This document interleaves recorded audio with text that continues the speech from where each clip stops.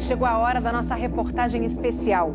Há 30 anos, objetos voadores não identificados foram perseguidos por aviões caça da Força Aérea Brasileira nas áreas de São Paulo e do Rio de Janeiro. Você vai conhecer agora gravações inéditas desse episódio, que ficou conhecido como a Noite Oficial dos OVNIs. Foi assim que o Fantástico deu a notícia. E trechos do estado do Rio de Janeiro.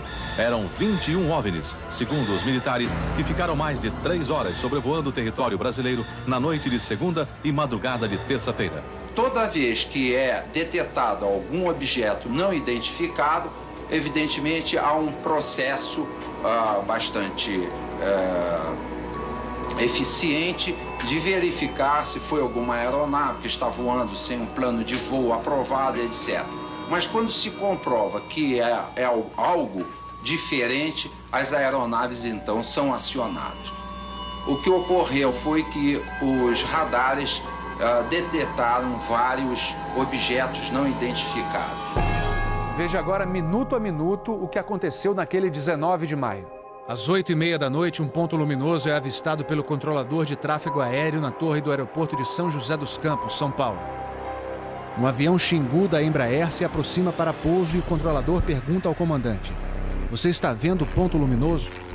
O Xingu confirma o avistamento, muda a rota e tenta se aproximar do OVNI. Quem estava no comando do avião era o coronel Osiris Silva, que voltava de Brasília depois de tomar posse como presidente da Petrobras. Eu vi um objeto luminoso no espaço, parecia um astro normal. Eu voei na direção dele e após 5, 6 minutos de voo, fiquei com a impressão de que ele começou a esmaecer, perder a intensidade e o brilho. 9h14 da noite. O controle de radar de São Paulo registra sinais sem identificação. 9h20. O controle aéreo em Brasília confirma a presença de objetos voadores não identificados. 10h23. O primeiro jato F-5 decola da base aérea de Santa Cruz, no Rio de Janeiro. Ele carrega armamento de guerra pronto para ser acionado. 10h45. O radar da base aérea de Anápolis, em Goiás, detecta sinais no radar. Um Mirage também armado decola em busca dos OVNIs. 11h15 da noite. O piloto do primeiro F-5 a entrar em ação avista um ponto luminoso e começa a perseguir o objeto voador não identificado. Nosso objetivo justamente era esse, se aproximar e identificar. Nós não conseguimos nem nos aproximar, muito menos identificar. 11h17. Mais um Mirage decola da base de Anápolis para perseguir os objetos. 11h20. O caça F-5 recebe pela primeira vez um sinal no radar de bordo confirmando a presença do objeto não identificado à sua frente. 11h36. O terceiro Mirage sai da base de Anápolis, mas não consegue contato visual com os OVNIs. Naquela noite, 5 jatos da Força Aérea foram acionados e retornaram sem conseguir se aproximar dos objetos.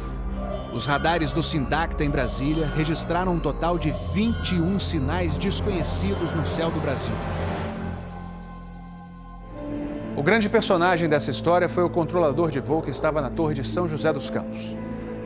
O sargento Sérgio Mota da Silva, que aparece nessa foto tirada na torre de São José poucos dias depois do incidente, foi quem deu o primeiro alerta sobre OVNIs. 30 anos depois, Sérgio, que hoje é controlador de voo civil, deu a primeira entrevista para uma TV. Ele preferiu não mostrar o rosto. Tem alguma coisa aqui no setor noreste de São José? Um farolzinho por lá? Eu estou olhando bem, o bicho está parado. Nem sobe, nem desce, nem vai para a esquerda nem para a direita. Está paradinho lá. Estou olhando, não é estrela não. É um farol. A olho nu parecia um avião. Quando coloquei no binóculo para observar, é que eu vi que ele era extremamente cintilante e multicolorido. Tinha vermelho, azul, branco, lilás, um monte de cores, com uma certa predominância do laranja, mas ele era muito bonito. O controlador pediu ao avião Xingu para tentar avistar o objeto.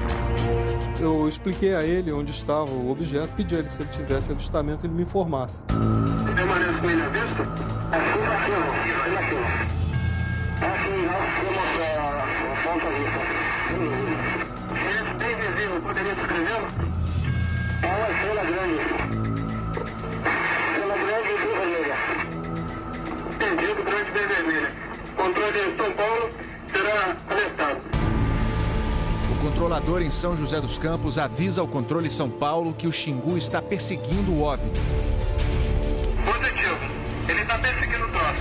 Está perseguindo o troço? Tá indo atrás. Sério, tá indo. Controle? Tá vendo? Próximo de São Paulo, já da região do radar, esse objeto simplesmente desapareceu do radar. O Xingu também perdeu contato visual com ele. O avião Xingu abandonou a perseguição e pousou em São José dos Campos. Pouco depois, o controlador da Torre de São José alertou o controle São Paulo. Outros OVNIs estavam aparecendo no céu. Estou vendo 3 agora. São 3 luzes. Mas parecem estrelas. Mas o radar não pega estrelas. O que é isso? Você observa alguma mudança de cor, alguma coisa? Hoje inteiro. Rapaz, eu não sei. Pra mim, olha, aqui tá parecendo estrela. Mas só que muda de cor bonita, rapaz. Tá vermelho, amarelo, azul, branco. Tá dando um monte de coisa. Pô, tão barato isso aqui. Deve ter uns caras por aqui já pelas contas que eu tô fazendo aqui.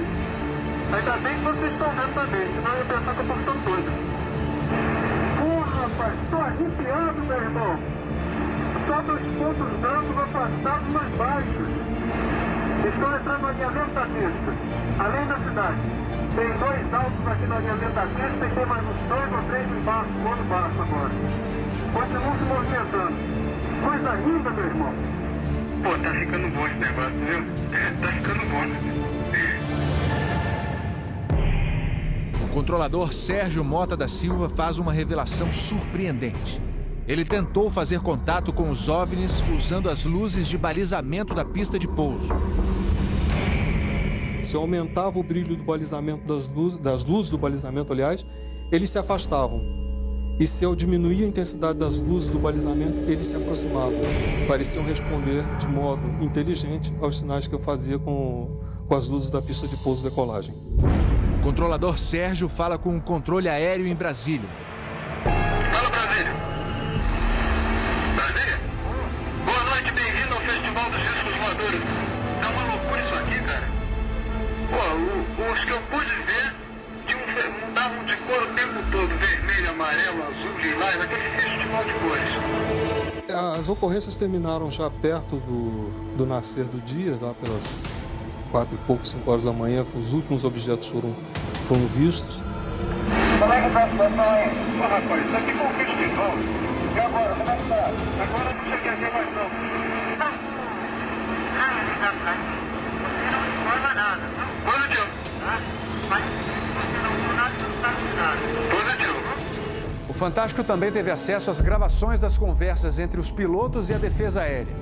Um desses pilotos era o capitão Armindo de Souza Viriato.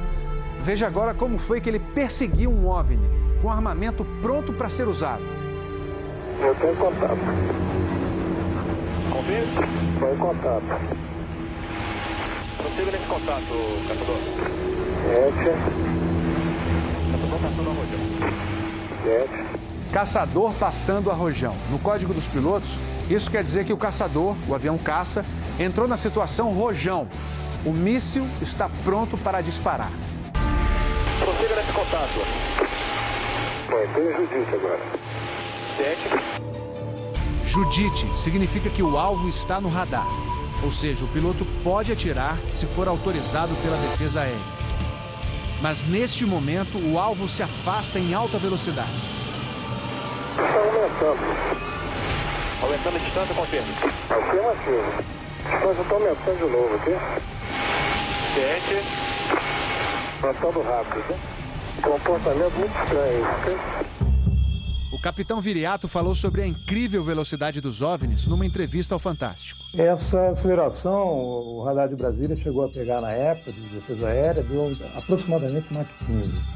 Isso aí daria em torno de 15 mil km por hora. 15 mil quilômetros por hora é uma velocidade muito acima dos jatos mais rápidos do mundo, que chegam no máximo a 4 mil quilômetros por hora. Um documento confidencial do Comando de Defesa Aérea de junho de 1986 concluiu: os objetos produziram ecos nos radares do sistema de defesa e também nos jatos que perseguiram os OVNIs. Houve contato visual dos pilotos. Os objetos atingiram velocidades supersônicas e mostraram capacidade de acelerar e desacelerar de modo brusco. E a principal conclusão do relatório: os fenômenos são sólidos e refletem inteligência, pela capacidade de acompanhar e manter distância dos observadores, como também voar informação. Não foi possível identificar a origem dos objetos. Foram esses dois ufólogos, pesquisadores de OVNIs, que conseguiram no Arquivo Nacional em Brasília a liberação gratuita dessas gravações. O fenômeno OVNI é real, existe, e o governo sabe disso, as Forças Armadas sabem disso. Essa documentação sendo exposta para o público permite que as pessoas entendam que isso não é brincadeira. Não tem como a gente falar que seriam naves extraterrestres, né? Eram objetos voadores não identificados. Não podemos dar qual a procedência deles, qual a origem. É alguma coisa inexplicável do nosso ponto de vista tecnológico à época e mesmo ainda hoje.